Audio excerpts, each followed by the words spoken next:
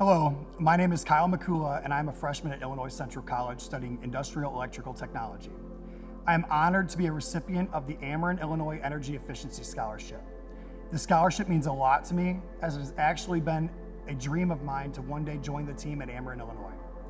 Through their generous scholarship support, I am able to pursue my educational goals while also having opportunities to meet and interact with members of Ameren's energy efficiency team. Their financial support and guidance will help ensure I acquire the knowledge and skills necessary to enter their workforce pipeline someday. My journey led me to Illinois Central College as I am a husband and father of 3 beautiful children, Lydia, Stella, and Jack. I'm also a huge outdoors person. I want to move forward in creating ways for green energy to grow and for energy consumption to decrease. It is my hope to make a difference in preventing pollution and make the world a much cleaner and healthier place for my children and for generations to come. I've always been someone who enjoys getting their hands dirty and figuring out why something doesn't work. I built with Legos when I was a baby. I fixed all of my bicycles and a lot of toys growing up, including my friends' bicycles too. I even completely disassembled an electric guitar I had received for Christmas one year, just because I wanted to know how it was put together. My parents weren't very happy about that one, but it forever proved to them that I'm pretty good with my hands and good with tools too. I grew up from humble beginnings. I am the second oldest of 5 children. We struggled financially growing up, and our home life probably wasn't the best. We moved maybe 8 to 10 times and actually had to live in my grandparents' basement at one point in time because we had nowhere else to go. My parents constantly fought and eventually divorced when I was around 12 years old.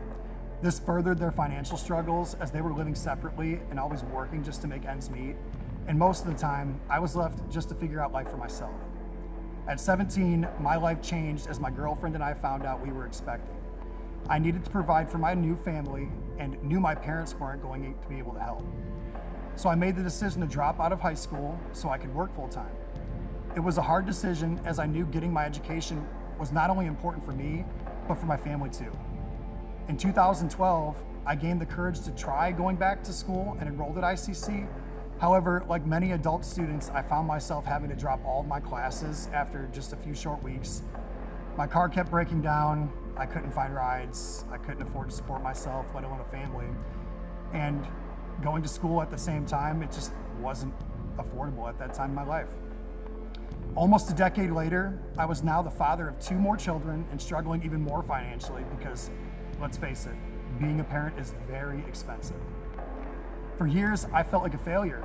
I couldn't afford to go through the program at ICC, so I kept trying to teach myself what I could by being very resourceful at work and enrolling in shorter technical programs at another institution that we won't mention. However, that only goes so far. Trying to teach oneself electrical engineering isn't very possible. On July 12, 2023, I received my wake-up call. My family and I were struck from behind in a hit-and-run motor vehicle collision that resulted in my spine being broken near my brain, a herniated disc in my neck, and as well minor damage in the other areas of my body. After the accident, I started to think about what I would have done if I would have been permanently injured. How would I support my family if I could no longer use my body for manual labor and skilled trades? My wife urged me to go talk to someone at ICC, but I didn't believe they would work with me since I had owed the college money for over a decade for past classes I had dropped. However, the ICC enrollment and financial aid staff were amazing. They were able to work out a payment plan for my past bill, help me complete my scholarship and financial aid applications, set up an appointment with an advisor, and enrolled me in classes that day. The next day I met with my advisor, Steve Flynn, and Steve made the experience feel like I was at home immediately. He listened to me as I shared my schedule and need for physical therapy and was able to plan my classes on days that freed up as much time for me as possible.